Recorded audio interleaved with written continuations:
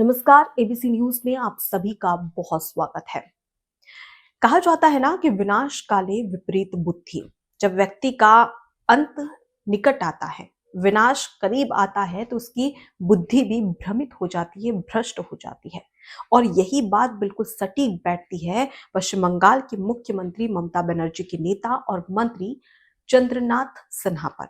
जी हाँ, चंद्रनाथ सिन्हा जो कि टीएमसी के नेता हैं, और उनकी एक ऐसी बात सामने आई है, एक ऐसा वीडियो सामने आया है जिसके बाद पूरे भारत देश में बवाल मचा हुआ है।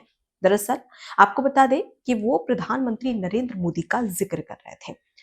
पश्चिम बंगाल में इस वक्त चुनावी माहौल है और तमाम जो सियासी दल है वो अपनी अपनी ताकत झोंक रहे हैं पश्चिम बंगाल के विधानसभा चुनाव में, ताकि जो फैसला है, जो जनता का फैसला है पश्चिम बंगाल की, वो उनके पक्ष में आ सके।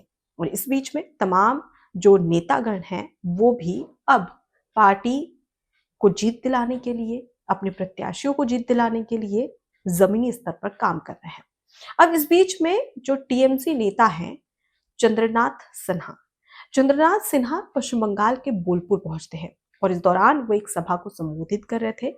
और उस दौरान वो प्रधानमंत्री नरेंद्र मोदी का जिक्र करते हैं और कहते हैं कि जब प्रधानमंत्री नरेंद्र मोदी 2024 में पश्चिम बंगाल आए थे तो उन्होंने जय श्री राम कहा था। मतलब साफ है कि भारतीय जनता पार्टी उत्तर भारत की पार्टी है और रामचंद्र उत्तर भारत के देवता। इसके आगे चंद्रनाथ सिन्हा यहां नहीं रुकते हैं, बल्कि वो आगे ये कहते हैं कि भारतीय जनता पार्टी और प्रधानमंत्री नरेंद्र मोदी ये समझ गए थे कि पश्चिम बंगाल में रामचंद्र से काम नहीं चलेगा, रामचंद्र से काम नहीं बनेगा। और इस वजह से जब वो अगली बार आए तो माँ दुर्गा और माँ काली का नाम लिया। लेकिन भारतीय जनता पार्टी ये भी जानती थी कि जो ममता बनर्जी है वो क्लबों को चंदा देती है, इसलिए मां दुर्गा से भी काम नहीं बनेगा। जिसके बाद अब प्रधानमंत्री नरेंद्र मोदी आए थे तो उन्होंने जय मां काली कहा था। हम सभी लोग पश्चिम बंगाल में मां काली की पूजा करते हैं और इस वजह से वो अच्छे से जानते थे कि कहीं ना कहीं धार्मिक और उसके साथ ही धार्मिक प्रभाव, धार्मिक आधार पर जो पश्चिम बंगाल की जनता है, मां काली जो कि पश्चिम बंगाल में पूजनीय मानी जाती है, उनकी पूजा की जाती है, अगर उनके नाम पर वोट मांगा जाएगा तो जनता हमें वोट दे देगी। लेकिन यही बात अब भारतीय जनता पार्टी पर भारी पड़ रही है। ये कहना था चंद्रनाथ सिन्हा का। जब ये बयान सामने आया उसके बाद में जमकर बवाल मचा। अब भारतीय जनता पार्टी ने इसकी आलोचना की है और चंद्रनाथ सिन्हा को जमकर लताड़ा है। भारतीय जनता पार्टी की ओर से कहा गया कि जो चंद्रनाथ सिन्हा है वो पागल हो गए हैं।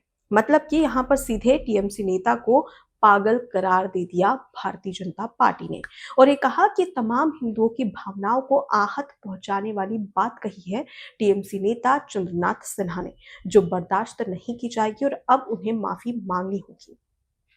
सवाल यहाँ पर यह खड़ा होता है कि कौन से नेता है, कौन से मंत्री है जो भगवान को भी, देवताओं को भी अब बांट रहे हैं। मतलब अब तक हमने देखा था कि भारत देश में भाषा के नाम पर तमाम जंग हो रही थी। भाषा के नाम पर अब भी अगर देखा जाए, चाहे हम दक्षिण भारत की बात करें या उत्तर भारत की बात करें, तमाम ऐसे अलग अलग राज्य है जहां पर आज भी भाषा को लेकर एक विवाद खड़ा होता है, चाहे वो हिंदी भाषा हो या फिर साउथ की अपनी लैंग्वेज हो। लेकिन इस दौरान देवताओं को लेकर कभी भी इस तरीके की टिप्पणी किसी नेता ने नहीं की जो टीएमसी नेता ने की है। और सबसे बड़ी बात कि आखिर ये कौन से नेता है जो देवताओं को भी बांट रहे हैं। अब तक भाषा के नाम पर राज्य को बांटने की साजिश नेता हमेशा करते आए हैं, लेकिन देवताओं को, ये वही रामचंद्र है जिन्हें सिर्फ उत्तर भारत नहीं बल्कि पूरे भारत देश में या यूं कहे कि विश्व में भी इनकी पूजा की जाती है। आज भी कई ऐसे अलग अलग देश है जहां पर रामचंद्र के तमाम जो उद्देश्य है उसका पालन किया जाता है। लेकिन उसके बावजूद भी भारत में भगवान श्री रामचंद्र को लेकर इस तरीके की टिप्पणी करना साफ तौर पर बताता है कि जो टीएमसी नेता है उन्होंने किस तरीके से यहाँ पर बांटने की कोशिश की है। मतलब कि उनके बयान से ये अर्थ निकलता है कि जो उत्तर भारत है वो रामचंद्र श्री रामचंद्र को पूजा जाता है उत्तर भारत में। मतलब कि वो उत्तर भारत के देवता है श्री रामचंद्र, और माँ काली पश्चिम बंगाल की देवी है। अब सवाल यहाँ पर खड़ा होता है कि आखिर ये कौन से नेता हैं जो ये डिसाइड करेंगे कि किस राज्य में कौन सी जो देवता है वो पूजनीय है, या कौन से देवता के नाम लेने से वहां की जनता आकर्षित हो जाती है। अगर हम बात करें तो सनातन में करोड़ों देवी देवता है, लेकिन हर कोई सभी देवी देवताओं की पूजा करते हैं। कभी अगर हम बात करें तो नवरात्र पर माँ काली, माँ दुर्गा की पूजा की जाती है, तो वहीं गणेश चतुर्थी पर भगवान गणेश की पूजा की जाती है। और वहीं पर अगर हम बात करें तो जन्माष्टमी पर श्री कृष्ण भगवान और राधा रानी की पूजा की जाती है। तो अलग अलग समय में अलग अलग तिथियों के हिसाब से, पुराणों के हिसाब से, पौराणिक कथाओं के अनुसार हम भगवान की पूजा करते हैं। लेकिन कभी किसी ने इस तरीके की टिप्पणी नहीं की कि इस राज्य में ये देवता की पूजा होनी ही चाहिए, इस राज्य में सिर्फ ये देवता से काम बनेगा, इस देवता के नाम लेने से काम नहीं बनेगा। ये किस तरीके की मानसिकता यहाँ पर चंद्रनाथ सिन्हा लेकर बैठे हैं, जिसके चलते इस तरीके की अनर्गल बातें कह रहे हैं। अब इस बीच में जमकर बवाल मच रहा है। देखिए, अगर उत्तर भारत की बात करें तो जब नवरात्र का समय होता है तो उत्तर भारत में माँ काली की भी पूजा की जाती है, माँ दुर्गा की भी पूजा की जाती है। लेकिन इस तरीके से देवी देवताओं को भी बांटना सिर्फ अपनी राजनीति के लिए, क्या ये बर्दाश्त किया जा सकता है? अब जरा ये जो नेता है, टीएमसी नेता चंद्रनाथ सिन्हा, इनकी कुंडली भी देख लीजिए।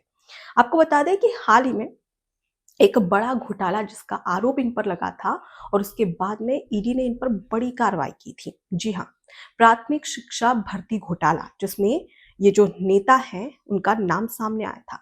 जिसके बाद में प्राथमिक शिक्षा भर्ती घोटाला में ईडी ने कार्रवाई की थी, और उसी के तहत इनकी जो 3 करोड़ 65 लाख की जो संपत्ति थी वो कुर्क कर दी गई थी। मतलब ये जाने माने हैं और काफी फेमस है। घोटाले के कई गंभीर आरोप इन पर लगे हैं, जिसके चलते इन्हें कोर्ट के चक्कर तक लगाने पड़े। मतलब साफ है कि इनकी छवि, पहले ये अपने गिरेबान में झांक के देखिए कि इनकी क्या छवि है।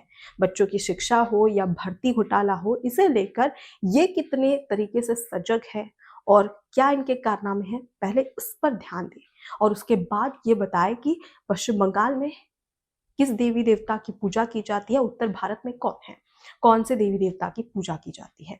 अब यहाँ पर सवाल एक और खड़ा होता है कि क्या अब टीएमसी नेता चंद्रनाथ सिन्हा बताएंगे कि किस राज्य में किस देवी या देवता की पूजा करनी चाहिए। सवाल यहाँ पर खड़ा होता है। देखिए, अक्सर हम देखते हैं कि चुनावी माहौल जब किसी भी राज्य या पूरे देश में होता है तो ये तमाम जो राजनेता है वो अपने अपने तरीके से राजनीति को भुनाने की कोशिश करते हैं, ताकि जो मतदाता है उन्हें अपनी ओर आकर्षित किया जा सके। लेकिन अब यहाँ पर जनता को सोचने की जरूरत है कि क्या इस तरीके के विवादित बयान अब बर्दाश्त होंगे, क्योंकि यहाँ पर हम सिर्फ टीएमसी नेता की बात नहीं कर रहे हैं। अगर हम तमाम कांग्रेसी और सपा नेताओं की भी बात करें तो वो भी अक्सर देवी देवताओं पर इसी तरीके की टिप्पणी करते नजर आते हैं, जो अब बर्दाश्त नहीं की जाएगी। फिलहाल इस पूरे विश्लेषण को लेकर आपकी क्या राय है, कमेंट बॉक्स में जरूर बताइएगा। नमस्कार। एबीसी हिंदी न्यूज आज ही जुड़िए हर खबर के साथ